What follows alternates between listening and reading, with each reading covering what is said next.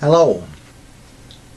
I'd like to welcome you to session 2, where we will continue speaking about divided population in the United States and around the world, the divisions among us. There have been many significant changes in America's political landscape over the last 40 to 50 years. The main reason for the creation of this series of videos, however, is the fact that the speed and the direction of these changes have been greatly intensified in the last 15 to 20 years, with a special emphasis on the last 8 to 10 years. They are changes that have revealed the very dark side of what most would call partisan politics. They involve those areas that are very often the basis of fundamental disagreement between those average citizens who consider themselves politically to be Democrats or liberals and those who consider themselves politically to be Republicans or conservatives. There have always been serious fundamental disagreements perceived between the two sides since the formation of the parties, but in the past, those in each party at the top levels of government usually managed to work through their differences in such a way that, at least on the surface, it appeared that there was a certain level of civility that existed between the party leaders. From time to time, they were able to accomplish some major legislative works. Today, however, I find that even the perception of that kind of civility has deteriorated to the point that far too often there is little more than a pretense of its existence. In this environment, there has come into politics an atmosphere such that too many of our politicians and political pundits seem predisposed to extreme partisanship. I mean extreme.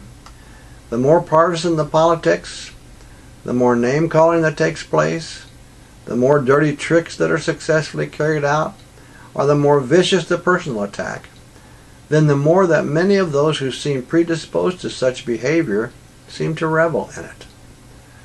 The news media, while generally struggling to appear indifferent, actually encourages this kind of combative partisanship at every opportunity, because the more extreme the situation, the more newsworthy, supposedly, it becomes. Translation: the more they can profit by a highly increased level of attention and following from a more interested public. Therefore, far too often, the media, as already indicated, encourages or at times even tries to create this kind of combative partisanship. And then they continue to repeat the story over and over and over again in order to maximize their profits until either the number of years begins to drop or the next big story breaks. You will see as we proceed that there are many important reasons why I've decided to become involved and to call these matters to your attention in the very direct way that I have in these videos. Let me point out shortly the two basic reasons why I became involved. Some of you will be amazed at what you will see here in these videos.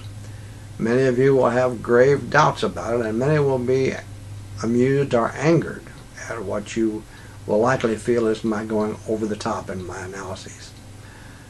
Nevertheless, as earlier stated, for those who are open-minded enough to give it fair consideration and who are willing to take the time to put together the points being made and add them up, many of you will, over a period of time, come to see that it really does make sense given all that has transpired and all that is currently happening.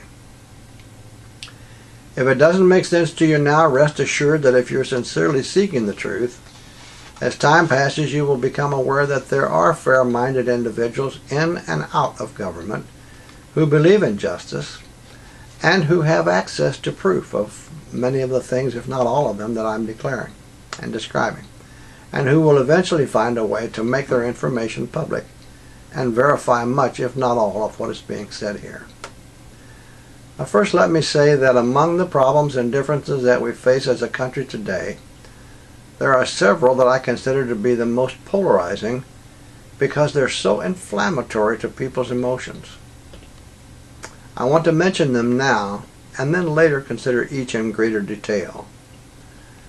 The fires that are burning so hot around these very serious matters of disagreement are so intense because, in far too many cases, the two sides have reached this state of intensity based on the fact that one side or the other or both have approached these problems from a foundation with a faulty premise. Nevertheless, the media continues to fan the flames at every opportunity because the hotter the fire, the more profit there is for them in the story. These areas of difference are religion, abortion, the gay and lesbian community, race, evolution, gun control, taxes, national defense, and labor unions. And although many of you will know of others that you feel are also very important, these are the ones that we'll consider here for the purposes of this set of videos.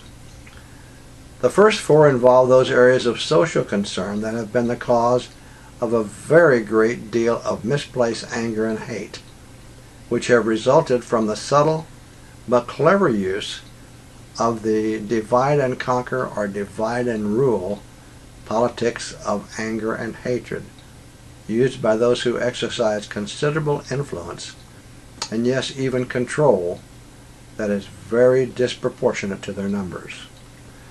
Excuse me.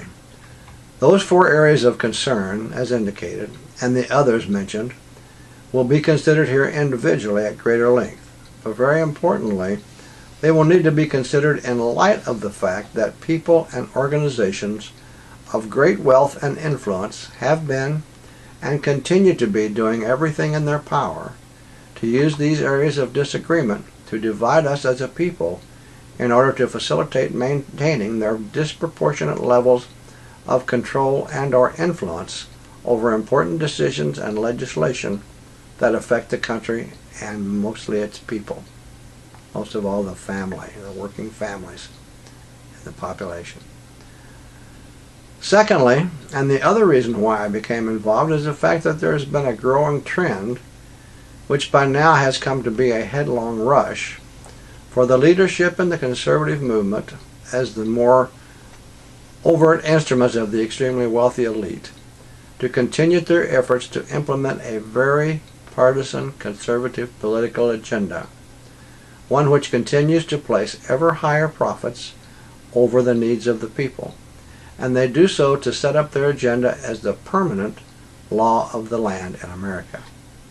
And I suspect around the world, I'm sure of it. They were very successful in accomplishing many of their goals during the previous administration, and they're now busy doing everything in their power, with the help of the corporate media, to prevent any attempted change in direction by the current administration, which is so far only moderately more progressive than the previous one, or at least it would appear so.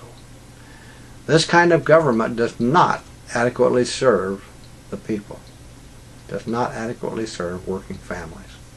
I want to thank you for watching. The next video session will go a bit further in considering these differences. Again, thank you.